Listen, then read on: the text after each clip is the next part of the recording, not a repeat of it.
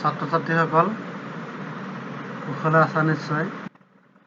আজি তোমালোকক মানৱ সৃষ্ট পৰিৱেশৰ সম্পৰ্কে আলোচনা কৰিম। মানৱ সৃষ্ট পৰিৱেশ কি সেই সম্পৰ্কে তোমালোকৰ লগত আজি আলোচনা কৰিম বুলি ভাবিছোঁ। তোমালোকে মনোযোগেৰে ভিডিঅ'টো চাবা। ছাত্ৰ-ছাত্ৰীসকল, আমি পৰিৱেশ কি সেই সম্পৰ্কে জানি আহিছোঁ আৰু তাতে জানি আহিছোঁ যে কিছুমান পৰিৱেশ মানুহে নিজাকৈ সৃষ্টি কৰি লওঁ। ৰাস্তা ঘাট, দলং, স্কুল, কলেজ, ঘৰ দুৱাৰ এইবিলাক প্ৰাকৃতিক পৰিৱেশ নহয়, মানুহে নিজাকৈ সৃষ্টি কৰি লোৱা পৰিৱেশ।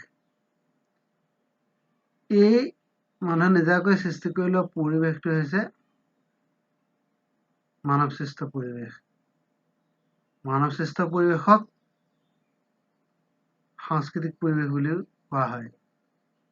মানুহে নিজৰ জ্ঞান, বুদ্ধি, কৌশল খটুৱাই এনেদৰে প্ৰাকৃতিক উপাদানসমূহ মানুহৰ প্ৰয়োজনীয় কামত ব্যৱহাৰ কৰে। এনে কাম-কাজে কোনো এখন ঠাইৰ যি সুকীয়া পৰিস্থিতিৰ সৃষ্টি কৰে তাকেই সেই ঠাইখনৰ মানৱ সৃষ্ট বা সাংস্কৃতিক পৰিৱেশ বোলা হয়। আমি যিবিলাক দলং বনাইছোঁ তাৰ কাৰণে দলংবিলাকত কি বাঁহ বা কাঠ বা নহ'লে শিল, বালি, চিমেণ্টৰ, কংক্ৰিটৰ দলং আমি বনাওঁ।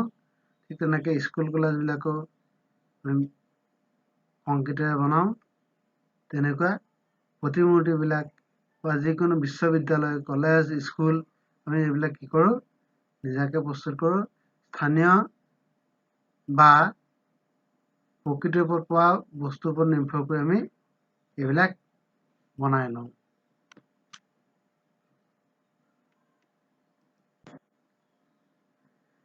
তাৰপিছত আহিল এই মানৱ সৃষ্ট পৰিৱেশৰ উপাদানসমূহ কি কি? আগৰ কথা তোমালোকে পাইছা যে প্ৰাকৃতিক পৰিৱেশৰ উপাদানসমূহ পানী, মাটি, গছ-গছনি এইবিলাকে একোটা পৰিৱেশৰ সৃষ্টি কৰে। আৰু মানৱ সৃষ্ট পৰিৱেশৰ প্ৰাকৃতিক পৰিৱেশৰ পৰা আহৰণ কৰা উপাদানসমূহ ব্যৱহাৰ কৰি সৃষ্টি কৰা এটা পৰিৱেশ। মানৱ সৃষ্ট পৰিৱেশো বেলেগ পৰিৱেশ নহয়, এইটো হৈছে মানুহে প্ৰাকৃতিক উপাদানসমূহক লৈ পেলাই সৃষ্টি কৰা এটা নতুন পৰিৱেশ।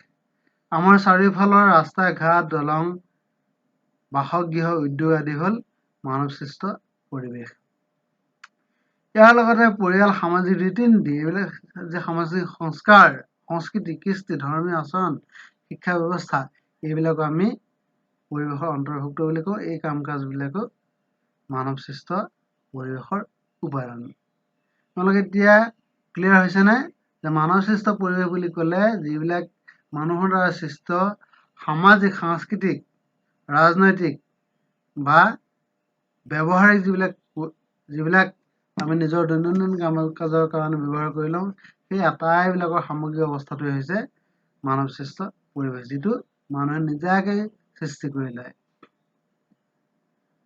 এই মানৱ সৃষ্ট পৰিৱেশৰ উপাদানসমূহৰ নাম লিখি তালিকাখন পূৰাও আহা। এই তালিকাখন তোমালোকে পূৰাবলৈ চেষ্টা কৰিবা। মানৱ সৃষ্ট পৰিৱেশৰ উপাদানসমূহ সৃষ্টি কৰিবলৈ মানুহে প্ৰাকৃতিক পৰিৱেশৰ উপাদানসমূহ সংগ্ৰহ কৰিবলগীয়া হয়। মানুহৰ এই কাৰ্যৰ ফলত এফালে মানৱ সৃষ্ট পৰিৱেশৰ উন্নয়ন হ'লেও প্ৰাকৃতিক উপাদানসমূহৰ অত্যাধিক আহৰণে প্ৰকৃতিৰ স্বাভাৱিক অৱস্থাৰ ক্ষতি কৰে।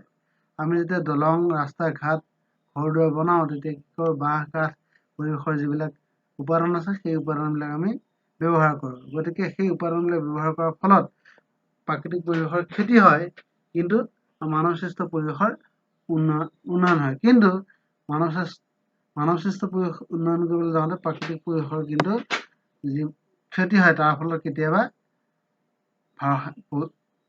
মানৱ সৃষ্ট পৰিৱেশৰ অত্যধিক ব্যৱহাৰৰ ফলত, অত্যধিক প্ৰকৃতিৰ ওপৰত নিৰ্ভৰ কৰাৰ ফলত, প্ৰকৃতিক বেছিকৈ অনিষ্ট কৰাৰ ফলত আমাৰ মানৱ সৃষ্ট পৰিৱেশৰ কাৰণে কি হয় প্ৰদূষণ হ'ব পাৰে। প্ৰকৃতিৰ স্বাভাৱিক অৱস্থাৰ ক্ষতি হ'ব পাৰে, যিটোক প্ৰদূষণ বুলি কোৱা হয়। এই প্ৰকৃতিৰ স্বাভাৱিক অৱস্থাৰ ক্ষতি হয়, সেই স্বাভাৱিক অৱস্থাৰ ক্ষতিটোৱে মানৱ সমাজকো ক্ষতিগ্ৰস্ত কৰে। মানৱ সম্পদ তোমালোকে ইতিমধ্যে জানিব পাৰিছে যে মানুহৰ উপকাৰ সাধন কৰিব পৰা আৰ্থিক মূল্য থকা দ্ৰব্যসমূহ হৈছে সম্পদ। যিবিলাক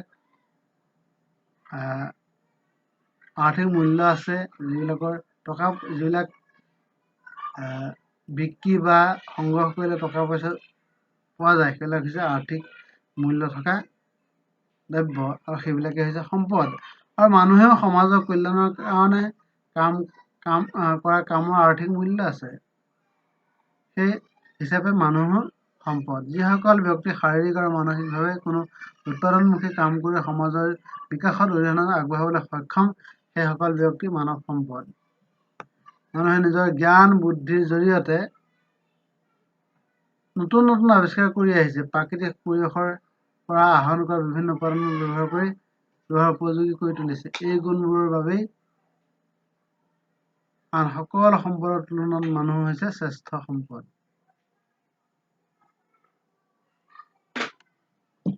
নেক্সট পৃষ্ঠালৈ যাওঁ।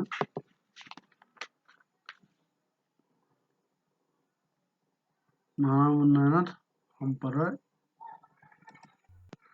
ভূমিকা।